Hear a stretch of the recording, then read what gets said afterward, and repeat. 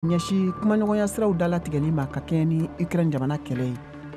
Burkina Faso farafina gunkana jabɔlaw ka fɛrɛkɛnɛba FESPACO bɛɛ senna min bɛ ka kɛ ni ja caman yirali ye. FESPACO sigira sen ka san 1969 ninnu de bɛna kɛ aw ka bi araba malikura kunnafoniw la kumaba dɔw ye ka fara an ka fasirikɛlaw ka kunnafoni latɔmɔlenw kan Mali farafina gun kan ani diɲɛ fan wɛrɛw fɛ. A y'aw bisimila.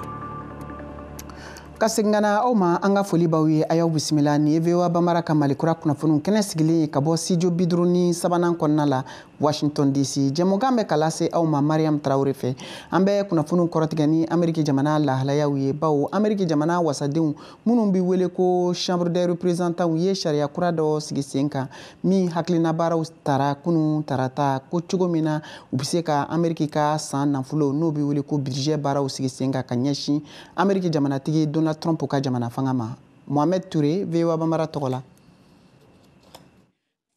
O bɛnkan nin bɛ sira dabɔ san 2025 baarakɛ nafolo sariya dɔ ka tɛmɛnen kɔfɛ min bɛna kɛ sababu ye ka salen dɔgɔya fo ka se dɔrɔmɛ miliyari 405 ma ani ka dɔgɔya dɔrɔmɛ miliyari 2,000 la foroba fanga ka musakaw la san 10 nataw kɔnɔ. Sani o ka kɛ conservative n'o ye ladala kɔlɔsibagatɔn tun y'u ka wasabaliya jira ka da kan ko tigɛda minnu bolodara sisan olu ma taa yɔrɔ jan. O ɲɛɲini nin tɛmɛna ni wote 217 ye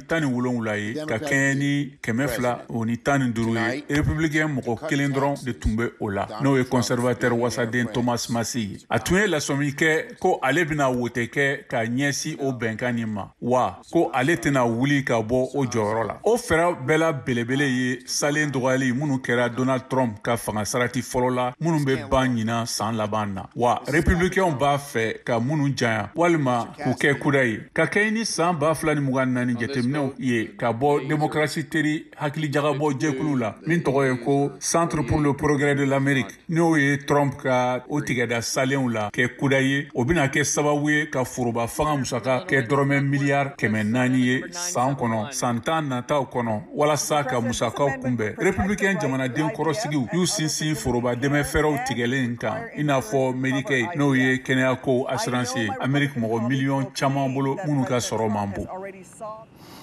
Kunnafoniw y'a yira k'a fɔ ko Ukraine jamanatigi ni o ye Volodymyr Zelensky ye bɛna sɔn ka na juma natɔ Washington ya ka na bolonɔ bila gafe dɔ la min bɛna kɛ a ka dugu jukɔrɔ ko o nasiraw fɛ ka di États-Unis jamana ma. O waati la bi araba Europe gunkana ye lajɛrɛ kɛrɛnkɛrɛnnen sigi sen kan min kɛra bɔlɔlɔ fɛ n'a bɛ wele ko video conférence ka jalatigɛli hakilinaw sigi sen kan fitinɛ min n'o bɛ Ukraine jamana ka fɛɛrɛw bɛ se ka sɔrɔ o la cogo min. Keyatu Tarawele.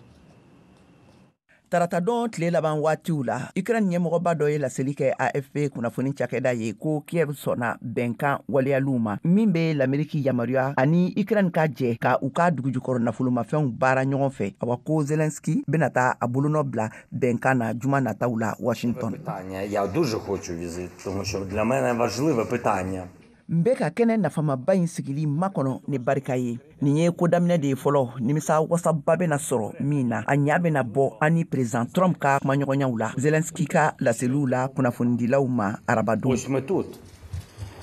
Так, з нашими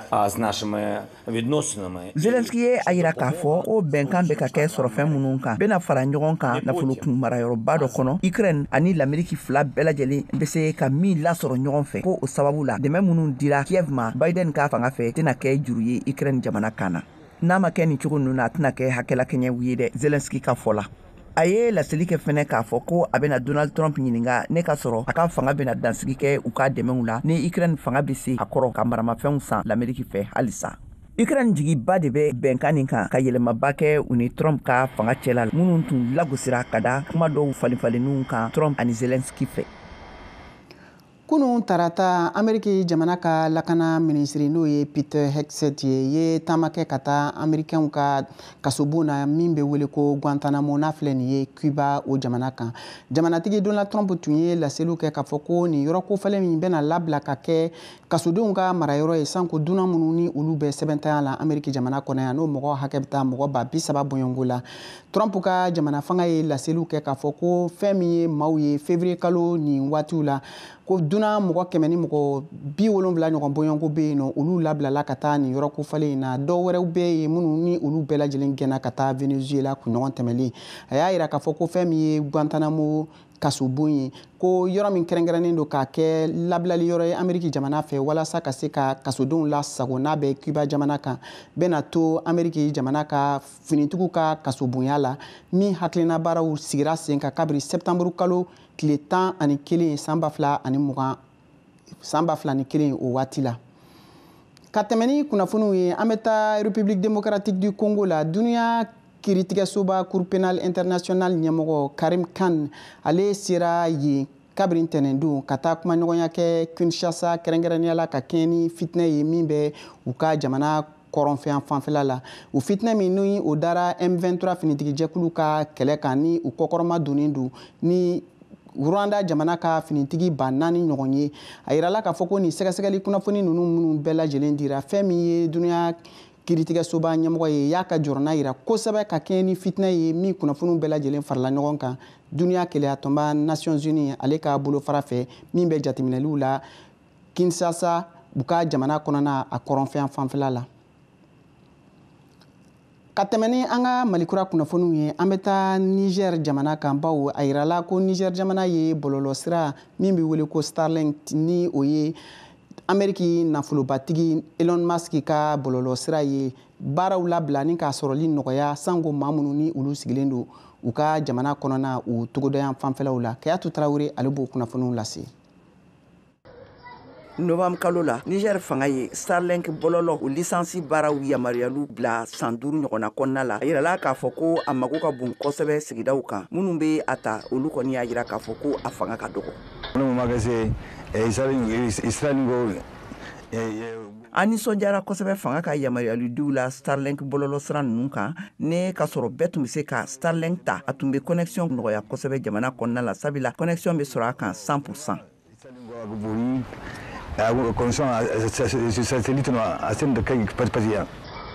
Ni Sahara bolo jamanaba nin kɔnɔna la bɔlɔlɔ siraw sɔrɔli maaw fɛ hakɛw jiginna ka bɔ san 2022 la ka na se san 2023 waati ma a bɔra 137 la ka jigin kana 132 la ka da kɛrɛnkɛrɛnnenya la antenne kariliw la jatigɛ wale mɔgɔw fɛ jamana fan dɔw fɛ Starlink ko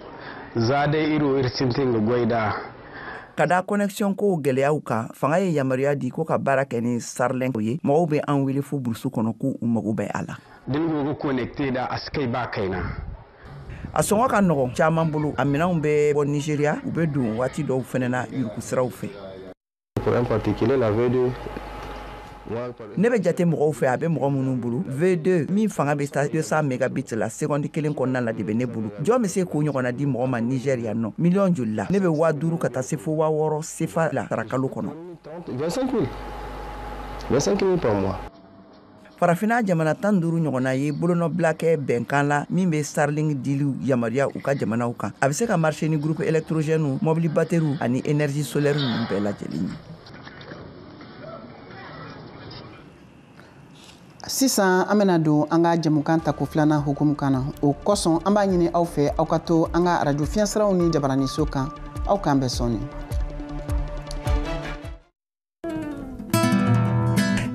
an b'a fɔ tiɲɛ wa an kɔni an b'a fɔ dɛ Mali la farali bɛ fanga ɲɛmɔgɔ kɔrɔ Choguel Maïga ka juin kalo o tile 5nan jɛkulu ni sɔrɔdasi minnu bɛ fanga na o de ye fanga ɲɛmɔgɔ kɔrɔ o ka kuma fɔlen ni min kun ye k'a ka san 3 baara jateminɛ aw bɛ o kuma nin ɲɛfɔ cogo di aw bɛ faamuyali jumɛn kɛ a la aw fɛlaw ye jumɛn ni minnu b'a fɛ k'u da don an ka jumadon a y'aw tulo sɔgɔ VOA banbara la an b'a fɔ jɛmukan kɛnɛ kan ayiwa ne balimaw nin jɛmukan kɛrɛnkɛrɛnnen a kana fɔ kɔ dɛ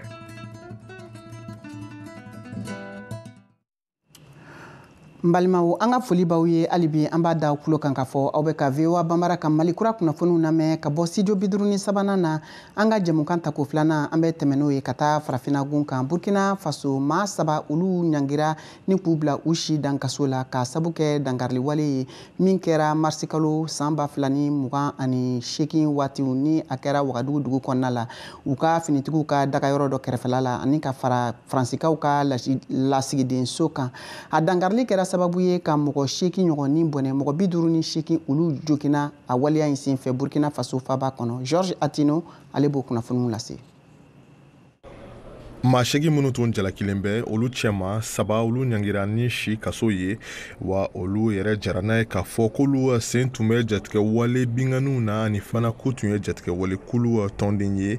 maa jalakilen 2 wɛrɛ minnu tun bɛ bingani walew musaka bɔ ani 1 wɛrɛ mun tun bɛ fini kala jatigɛ wale kulu maa ye olu ɲangira ni san 10 ka taga bila san 21 a kaso la. bakuruba la maa 8 ninnu cɛma a 2 olu kɔni labilala sabula sera jɔnjɔma sɔrɔ u kan. a ka dɔn k'a fɔ ko ni maa 8 ninnu olu ka kiti jaabi yɛrɛ bɔra tarata don wa u tun bala ka kiti Burkina Faso kitiso kɛrɛnkɛrɛnnen de la mun sigilen bɛ jatigɛ walew kɛlɛli kama wa u kitira jatigɛ wale bingani mun hukumu kɔnɔ hakili jiginna o kɛra marisikalo tile 2 san 2018 o waati bingani 2 kɛra Wagadugu ka ɲɛsin Burkina Faso sɔrasi ɲɛmaaso ma ani Faransi ka lasigidenso ma. o bingani mun yɛrɛ senfɛ Burkina Faso sɔrasi 8 olu a bɔnɔra u ni la ani mɔgɔ 85 ɲɔgɔn olu jiginna wa o waati o bingani tun tɔgɔtigɛra tara jenin fɛ ni o ye Al-Qaida jatigɛ wale kulu bolofara dɔ ye. An bɛ to Burkina Faso ni y'a kunɲɔgɔn 2 ye u ka jamana ɲɛmɔgɔw ye sariya kura dɔ sigi sen kan ka ɲɛsin u ka laadatigiw ma k'a fɔ ko u sen ma yan ka ye u ka jamana kɔnɔna politiki baara taasira si la min kunnafoniw bɛna lase an ma nin waati in na sisan. Alidu Wedrago fɛ VOA Banbara tɔgɔ la ka bɔ Bobojulaso. An ka farafin famaw n'an k'olu ma chef coutumier olu bɛ baara min na Burkina Faso gouvernement y'a lɔn o ye n'o o kɔnna ko o bɛna sɛbɛn ta k'o waleɲuman lɔn. A sɛbɛn y'a yira ko farafin fanga mɔgɔw tɛna politiki kɛ tugun o kosɔn an sera Saliya Sanu fɛ ale ye dagaso famancɛ ka kɔrɔsigi ye. Tuma dɔ la ni i n'a fɔ an ka CNT bɛ cogo min na a bɛ fɔ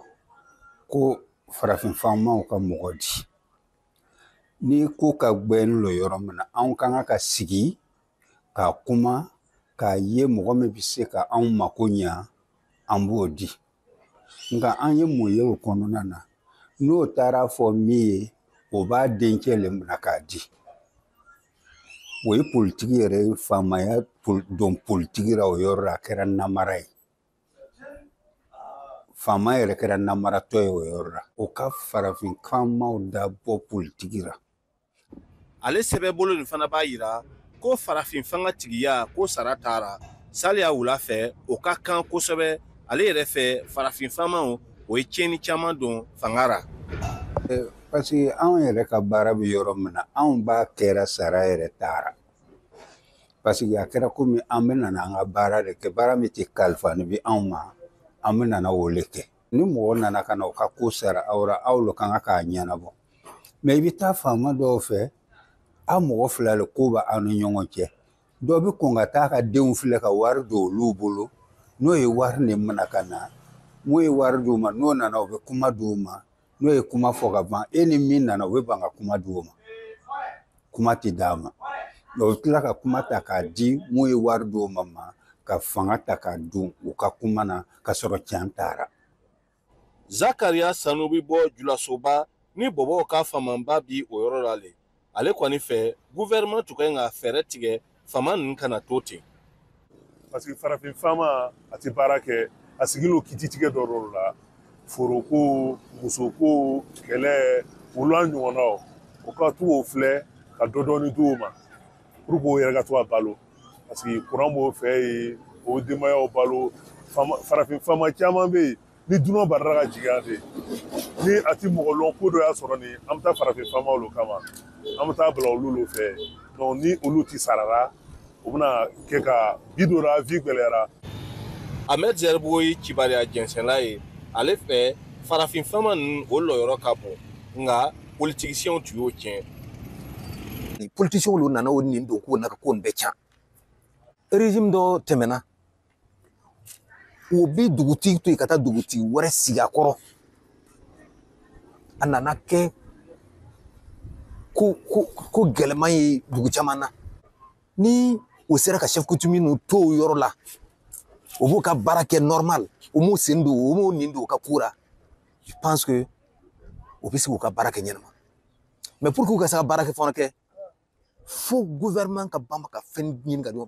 an ka faamaw ka dayɛlɛma o ka ɲi ka bɔ dugudenw yɛrɛ lo la o ye Jean Noël Buguma ale ka faamuya t'a ye. Sara tɛ se ka di chef coutumier ma an ka chef coutumier n'a y'a jateminɛ ka filɛ o joli lo b'an fɛ bi in na Burkina yan n'an ko an bɛna ninnu bɛɛ sara budget lo dɛ a tɛ se gouvernement tɛ se ka lɔri ninnu bɛɛ ka charge a ka gɛlɛn peut-être o bɛ se ka sira min sɔrɔ komi an ka laadakɔrɔw la fɔlɔ la mɔgɔw tun bɛ baara kɛ cogo si minɛ village yɛrɛ kɔnɔ village dugudenw lo bɛ baara kɛ pour que ka se ka faama dɛmɛ. Mɔgɔ caman y'a yira k'a fɔ ko a kan ka kɛ i n'a fɔ fɔlɔ-fɔlɔ bɛɛ lajɛlen bɛ lɔ ni a ka sigida faama ye n'i y'i bɛgɛn balo i b'o sɔn n'i y'i sɛnɛ kɛ i b'o sɔn n'i ye nafolo sɔrɔ i b'o sɔn ni tun ye Alidu Wederawogo kumakan ye VOA Banbara tɔgɔra Bobo Julaso. An bɛ to Burkina Faso sisan an bɛ taa Wagadugu jamana faaba kɔnɔ jabɔlaw ka fɛɛrɛkɛnɛba FESPACO kɛnɛ kan min bɛ kɛ ni farafinna gunkana jabɔlaw caman ka ɲɔgɔndan ye n'a sigira sen ka san 1969 ɲinan y'o san 50 ani san 6 ye. Kader Traoré VOA Banbara tɔgɔla ka bɔ FESPACO kɛnɛ kan Wagadugu. FESPACO la Wagadugu min ye jabɔlaw ka fogoba ye anw ye an senfa ka se nin cikɛda in na o yɔrɔ la bon dɔ bɛ yen min labilala ka se ka marali ani ladinani kɛ ka taa ja minnu bɛɛ jirala nin kɛnɛ nin kan ka ta san 1969 fo ka n'a bila bi kan o yɔrɔ tɔgɔ nasarakan na o ye Cinémathèque ye ale kɛra i n'a fɔ cinéma nafolo ani a gafe mara yɔrɔ an min wele ko les trésors du cinéma africain. François Tira min ye Cinémathèque ɲɛmaa ye ale y'a ka cikɛda dayɛlɛ k'an k'o lajɛ. Film minnu bɛ dilan nin film minnu olu kɔnɔ ka o ka wagati kɛ mais bi in na nin o tɛ tɛmɛ cinéw na tuguni o fana tɛ tɛmɛ yɔrɔ dɔw la mais an y'a ye nin f'an ka sɔrɔ ka nin kura d'o ma donc ale nin kura nin fan fɛ lo sisan nin o b'a wele restauration. Jakɔrɔ sugu bɛɛ maranin lo ani minnu tiɲɛna olu bɛ ladilanya nin yɔrɔ in na. C'est vrai que mɔgɔ kan ka tourner numérique la mais an fana man kan ka ɲina kɔrɔlen ko ninnu kɔ ça veut dire an man kan ka ɲina ko dɔ wɛrɛw fana existera nin et puis olu lo cinéma soutenu bi in na. François Tira ka fɔta la film dilanbaga kamelenninw bɛ se ka o hakilina jigin mumɛ caman na minnu tɛmɛna ka ban. Mɔgɔw bɛ se ka sɔkɔ non seulement même minnu bɛ école de cinéma na mɔgɔw fɛ ka film kɛ nin o bɛ se ka sɔrɔ ka na filɛ ni tigi tun y'a ka film kɛ cogo ɲuman le est-ce que techniquement a tun ye mun kɛ tout ça là les plans mun mais quand il b'a la artistiquement a tun ye scénario nin sɛbɛn cogo ɲuman mun le Guy Mali Tyran le film ni Chef Omar Sissoko malien le film ni Etalonta en 1995. Nafa b'ara alu ka se ka to ka nin film minnu fiɲɛ dɔɔni bɛ se ka sɔrɔ minnu na ko o ladilanya yaasa ka se ka o mara alu ko fɛ yan yɔrɔ yan. Kosɛbɛ bi bi in na ni pellicule ta hali n'i y'a numériser ka sɔrɔ ko au fait sisan ka technologie nin kan version numérique ni bɛ se ka taga don fɛn bɛɛ tora a kɔni ka ɲi pour que ka se ka mɔgɔw ka se ka yɔrɔ caman mais nin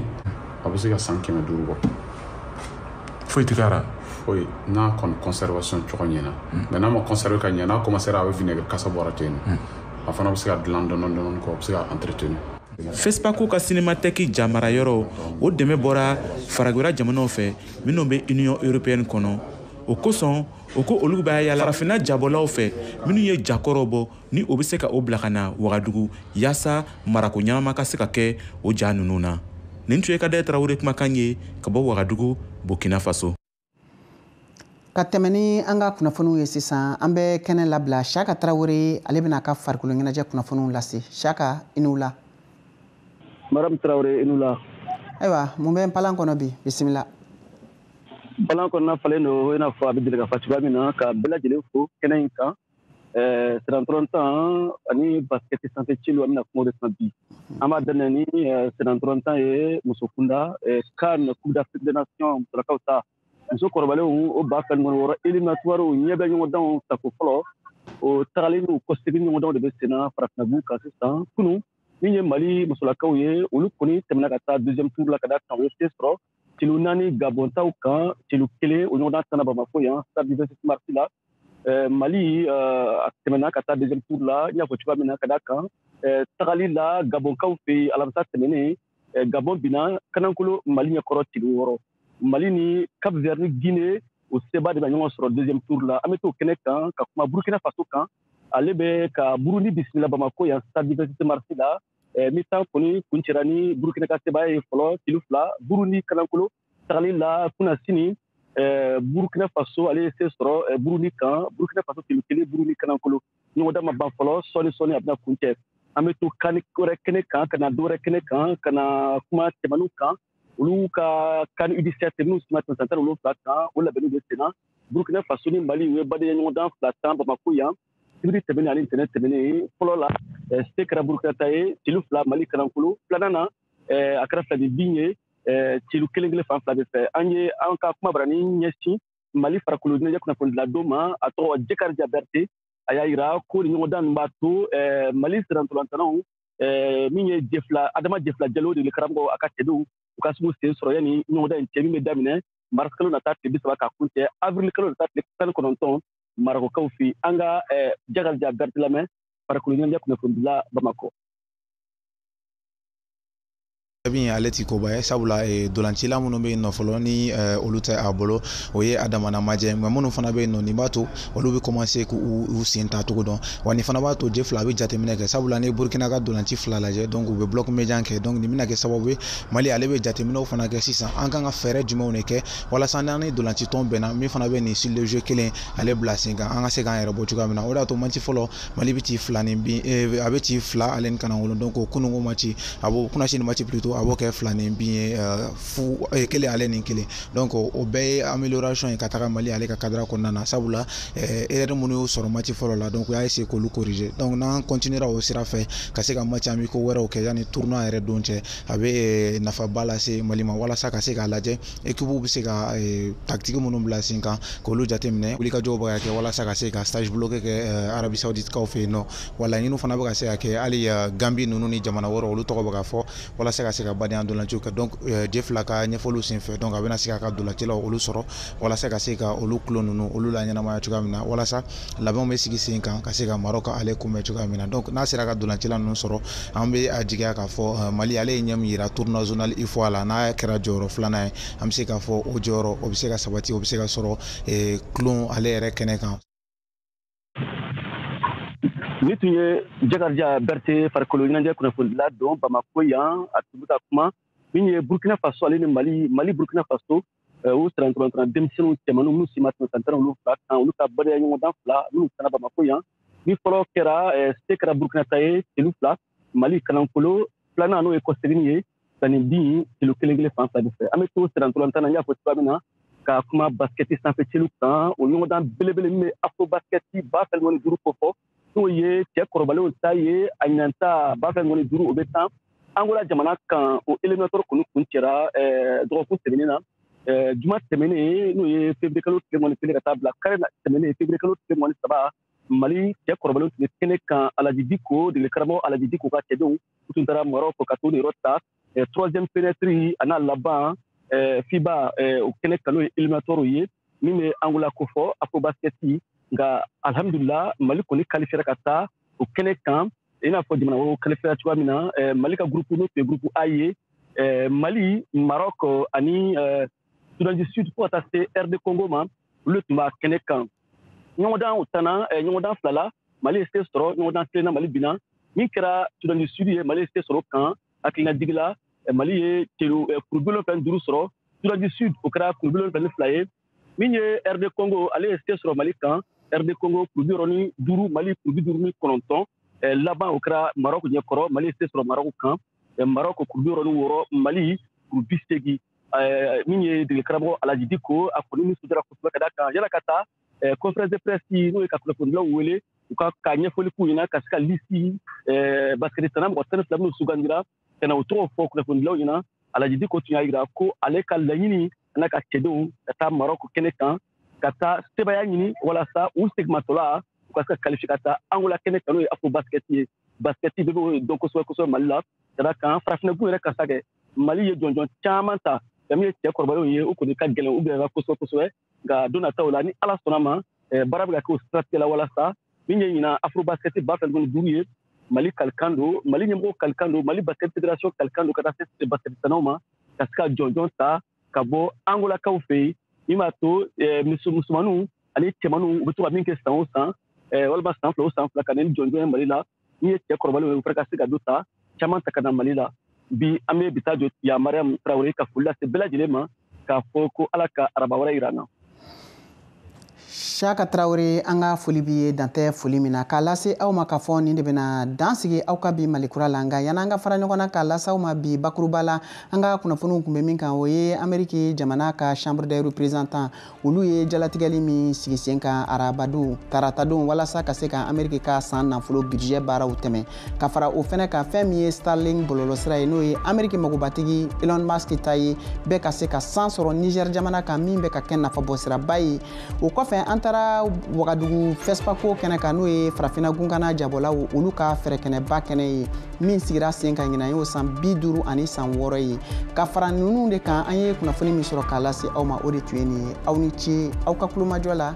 aw kan bɛn waati wɛrɛ.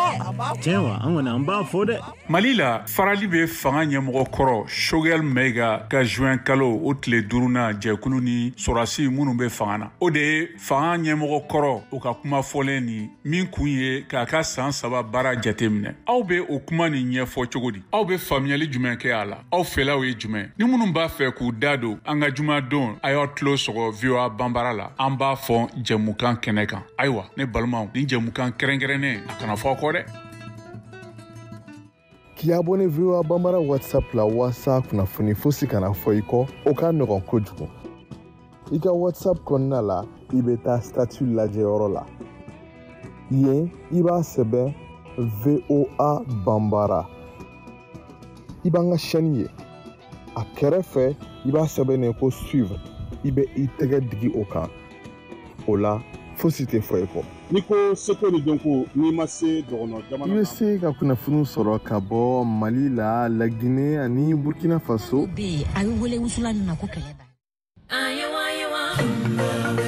Vous parlez Bambara, Dioula, Malinké. Vous voulez recevoir l'actualité au quotidien? Abonnez-vous maintenant à la chaîne WhatsApp VOA Bambara. C'est simple. Rendez-vous sur WhatsApp dans la section Actu en bas à gauche de votre écran. Tapez VOA Bambara et cliquez sur Suivre. Vous recevrez ainsi les dernières nouvelles du Mali, du Burkina Faso, du Niger, de la Guinée, du Sénégal, des États-Unis et même des cours d'anglais en Bambara.